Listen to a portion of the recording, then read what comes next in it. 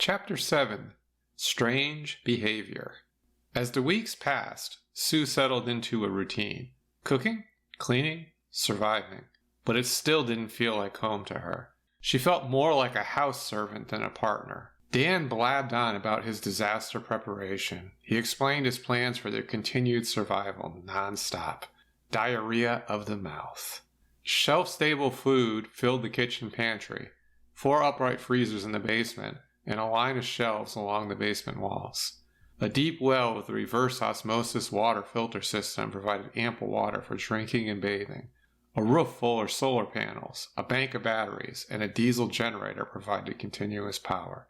With all her physical needs provided for, Sue should have felt safe. But Dan's unpredictable and paranoid behavior put her on high alert. At first, his constant checking and rechecking of the locks on the doors and windows seemed prudent, but after the 10th time of the day, it seemed excessive. Then she noticed his constant muttering about the many dangers lurking outside. No concrete threats, just crazed rants. One morning, as they sat in the kitchen eating breakfast, Sue found the nerve to question Dan. She couldn't stand his odd behavior anymore. Dan, I can't take the constant mumbling anymore. What's the matter with you? What are you so afraid of? Your house is a fortress. Dan's eyes darted around the room, avoiding Sue. His voice cracked as he squeaked out a response. A faint whisper she would have missed if she hadn't been expecting a response. It's not just what or who might be outside. It's everything, everywhere. The world as we knew it is gone. No more civilization. We have to be careful, prepared for anything. People will want to take everything we have. We can't trust anyone. Her stomach churned, attempting to purge her breakfast. Both his message and his tone raised the hair on the back of her neck. We have everything we need in your house. We don't have to leave, or even see anyone else. Why are you so paranoid? Dan's eyes narrowed. His chest puffed up as he took a big breath. Because danger surrounds us. It hides behind every shadow. We have to remain vigilant so we can protect ourselves. They're out there looking for us. Before she could respond, Dan stood, slammed his chair against the table, storming out of the room. A chill ran down her spine. How could she remain with someone so unstable? But where would she go on her own? When the power went out, the world became a dangerous place. Civilization ended. People killed each other for scraps of stale bread once the power went out. What new evils were people causing? As the days passed after his outbursts, Sue tried to ignore Dan's strange demeanor, but his behavior only became more unpredictable, borderline crazy even. He'd walk the perimeter of the property with his rifle in his hands, looking for an imaginary threat. Then he'd sit in front of the monitors, watching the outside cameras. He obsessed over testing the motion sensors, trying to detect a threat before it reached him. Pure paranoia. She tried to tell herself that his actions were sane. Eating her meals inside the climate-controlled walls of Dan's home made the lie easy. She became too comfortable to question him again to his face. Give him time, and things would be okay. While Dan sat staring at nothing on his camera feeds, Sue took a stroll around the property. She needed some fresh air and wanted to inspect the fence line for herself. Confirm the threat, or Dan's insanity. The perimeter fence stood 10 feet high, topped with razor wire. Barbs gleamed in the sunlight. It surrounded the entire property without any gaps. Only the single entry gate they had come through. Dan had cut down all the trees within 100 feet of the property line. Sue lacked any engineering skills or military experience, but she thought the fence would keep any raiders out, unless they had a tank. As she strolled around the property, she felt eyes washing over her. Sue knew cameras scanned every inch of the property, but the uneasy feeling came from somewhere outside of the walls.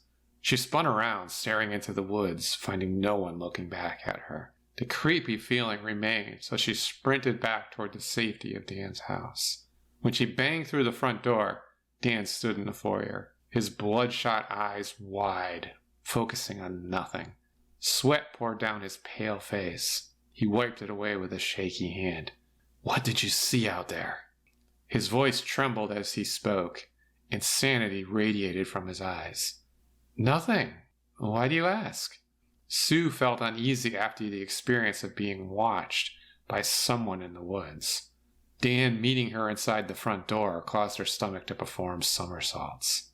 I saw movement earlier, just outside the perimeter fence.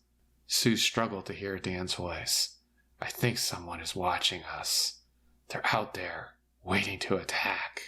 Sue's heart raced, remembering the feeling she had outside. She had trusted Dan when they met in the city, but now his paranoia made her question his judgment. Would she ever feel safe in his house? If she knew where to find another safe place to hide, she'd leave, get away from Dan. But being on her own scared her more than putting up with Dan's odd behavior. She felt trapped, a prison filled with food and surrounded by air conditioning. Sue needed freedom, even if she didn't know where to run. Out of desperation, Sue tried to talk with Dan about what had happened outside, but he refused to engage with her. He would turn away, mumbling about the need to get ready for the oncoming threat. Danger lurked everywhere, waiting to claim them. Any attempts to reason with him felt on deaf ears. The next night, a noise startled her awake. Dan stood over her, naked, holding a gleaming butcher's knife in his hand. She screamed.